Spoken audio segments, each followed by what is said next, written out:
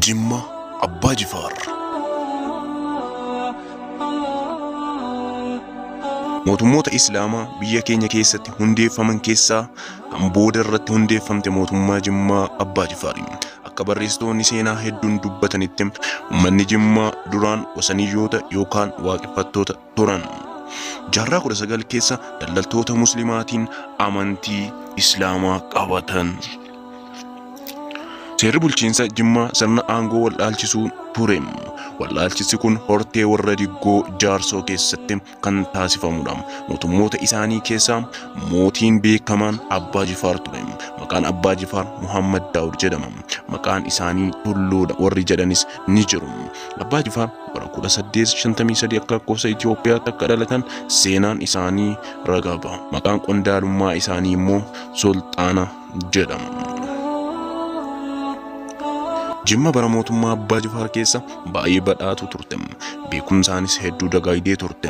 Abbaan Jifar ulamaawota yookaan beektota Islaamaa fi barattoota diinal Islaam ni jaallatas ni gargaaras. Ulamaawota Islaamaa ofitti dhiyeessee kidmaa isaaniif dhaabbatan sadarkaa guddaarra isaan kaa'am.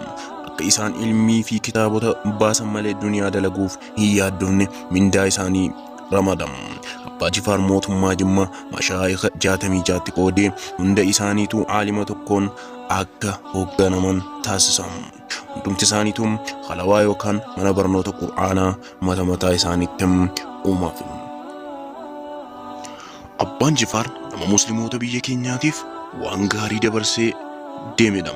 Namoonni biyya keenya hajjiif gara Makkaa yookaan Saudi Arabiyaa yeroo deeman akka hin rakkanneef akkasumas ijoollee isaanii achitti yoo baratan galaa akka hin dhabneef jecha magaalaa Makkaa keessatti mana gamoo tokko ijaarsisan. Waqfii godhanii yookaan kennaa gara Rabbii keessatti kennamu erga abbaan kennee du'e illee hundaan isaaf kan galu faayidaa uummataatiif oolchanii jiru. Garuu yeroo ammaa manni seena qabeessi kun bakka sanatti hin argamu. Manni kun masjiida guddaa Makkaa yookaan haramain biratti yoo gatii ta'eef mootummaan Saudi Arabiyaa diigdee harama akka bal'atu taasistee turte. Maatii Abbaa Jifariif iddoo biraatti gamoo guddaa kan bakka buufameef ta'uun ni beekama. Haaluma Abbaa Jifar waqfii godhee yookaan kaffaltii tokko malee faayidaa uummataaf arjoomuu namni lammii Itoophiyaa ta'e kamiyyuu yeroo hajjiif gara Makkaa deemu hanga hajjii geeffatee gara biyyaa deebi'utti kaffaltii tokko malee tolaan gamoo kana keessa turuu ni danda'a.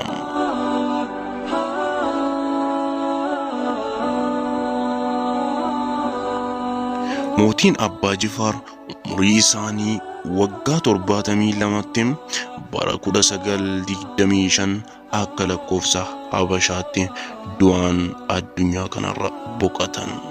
Magaalaa Jimmaa fuuldura ganda jireen keessatti masjiida 40 bakka jedhamtu biratti awwaalaman.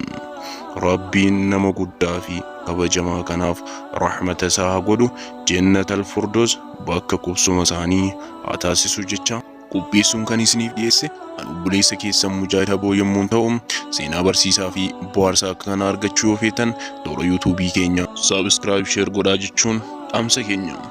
Hanga sagantaa biraatiin walitti deebinutti assalaamu alaykum wa rahmatullaahi wa barakaatuh.